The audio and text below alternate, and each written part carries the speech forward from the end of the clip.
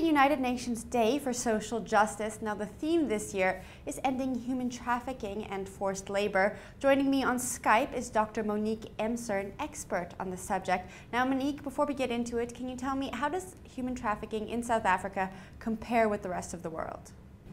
Well, it's difficult to say accurately because reliable data and statistics simply don't exist as such. This is in part due to a number of reasons. We don't have a centralized database, for instance, in South Africa yet to actually quantify the number of cases that we do have.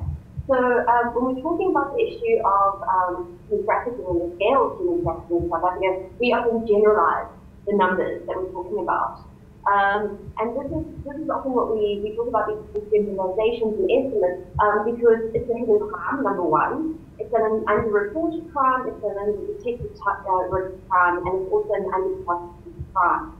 So if we look at the number of cases per year, in terms of actual victims detected and assisted, we're barely scratching the surface. Between 2011 and the end of 2014, we detected and assisted about just over 700 victims in South Africa. If we're looking at the numbers itself, we're falling far short. If we're looking at the African region, for instance, as well, in terms of actual numbers of victims detected, we really are falling short of the mark, and we're only beginning to scratch the surface. But there's a lot of anecdotal evidence, there's a lot of evidence of exploitation if we look at South Africa itself. There's a whole range of socioeconomic, cultural, and political factors which are all interlinked in terms of inequality, discrimination, exploitation, and ultimately human trafficking that we see in South Africa, that puts us on the track that human trafficking is a very real problem in the country. And on the one hand, on the other, we are just being able to take these victims. And that's why our victim count is relatively low in comparison to other regions of the world. One of the other problems that we also see is that it took us a very long time to actually formulate comprehensive anti-trafficking legislation. The Trafficking in Persons Act in South Africa was only enacted in 2013, and the policy framework as well still needs to be implemented. And that means in the past we've only been dealing with certain aspects, with certain facets of human trafficking, such as trafficking for sexual exploitation. So, for example, intercourse prostitution, intercommercial sexual exploitation, and of course, sexual exploitation of children. We've also looked at various forms of child trafficking.